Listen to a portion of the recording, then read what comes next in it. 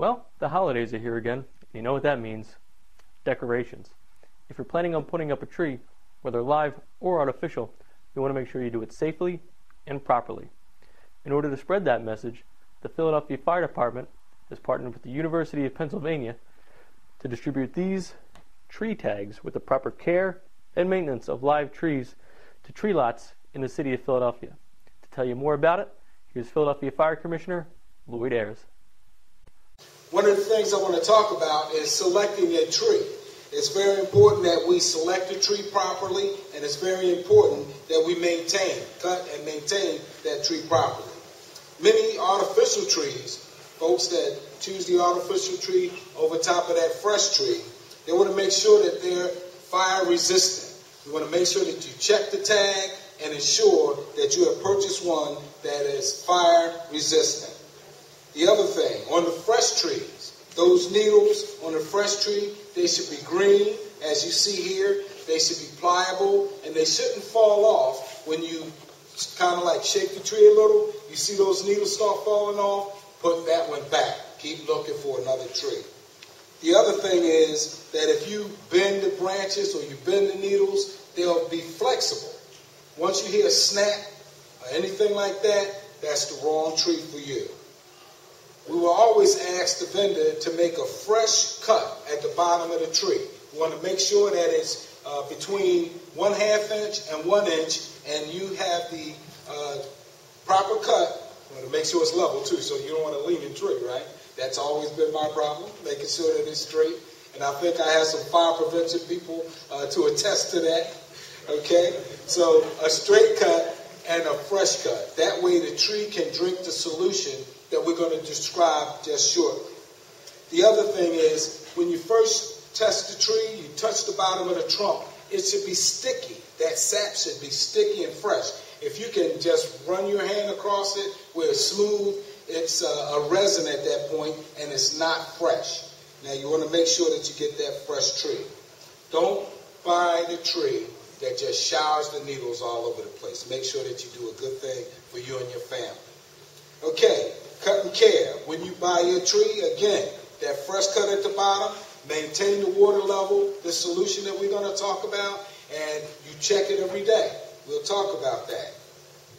You don't want to place the tree close to a heat source. Why not?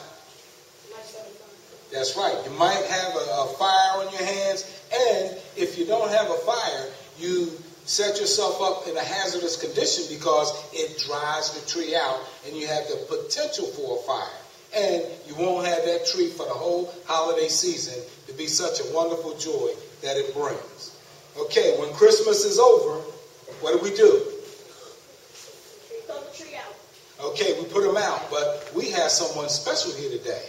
We have Carlton Williams, Deputy Commissioner from the Streets Department. He's going to talk to you about everything that you should do to get that tree out properly and to dispose of it properly. So it's a great partnership that we've had for a long time, and we're going to talk about that in just one moment. Okay, Christmas tree fireproofing. How do we get that done? 1, 2 cups of Karo syrup. Karo syrup, I'd rather have it on my pancakes, but in this case, I'll sacrifice for the tree. All right? 2 cups of Karo syrup. 2 ounces of chlorine bleach, liquid chlorine bleach. Okay? A pinch of Epsom salt. Very inexpensive, but when you put that in the solution, it has its very important ingredient that helps that tree to stay alive. A 1/2 teaspoon of borax soap. You can usually get it. It's borax. So you'll go to the market or you go to your corner store and you'll pick up borax, 1/2 teaspoon of borax. Okay, 1 teaspoon of chelated iron. Those folks that work out know exactly what that is. But it's good for the tree because it's a very important nutrient that actually comes from the ground that the tree is normally used to having, and we'll put it into that solution. You want to mix all of these things into 2 gallons. 2 gallons of warm water, okay? They say hot water so it'll make sure that it all dissolves. But you could use warm water or the hot water. It'll be a lot faster dissolving. Okay, you'll make sure that it cools off after it's all dissolved. And you want to set the tree in that bucket. That's going to be its first drink of water after having been cut, come down from the mountains, from the tree farm, all of those things, so that it can provide joy for us. So that first drink, allow that tree to become more vibrant. It'll keep the needles flexible, and it'll stay alive for a lot longer period. Now, every day you should check the water level in the tree stand. Make sure that that water level is above the cut on the trunk. Okay? So you fill it up every morning, and that way you'll have a beautiful Christmas tree and a wonderful, joyous holiday season. These are my two assistants. They're going to help me out with my tree cutting. Now you're going to stay back, all right, and just take a look and make sure that I stay safe. All right? All right. Thank you. Now, there you are. All right. That's all right. Is it sticky? Is it pliable? Check it out. Pull the leaves back. Feel pretty pliable? Does it seem fresh? All right. I feel sapped. As a matter of fact, I'm sapped up here. And here we go. All right. The most important thing is this is an adult activity.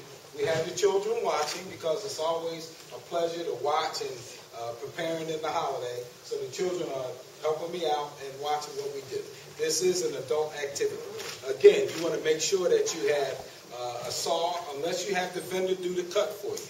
You want to make sure that you have a sharp saw so that you can get this cut done right.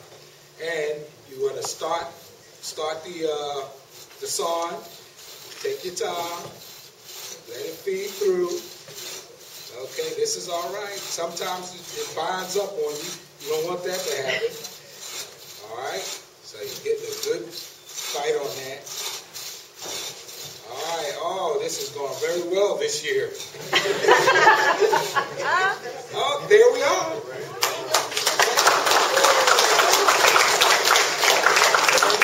We have a nice cut, and as you can see, as an area that's fresh, the tree will be able to pull up all of the solution that we prepared from the stand, and it will stay fresh for you. Okay? So everybody see that, right?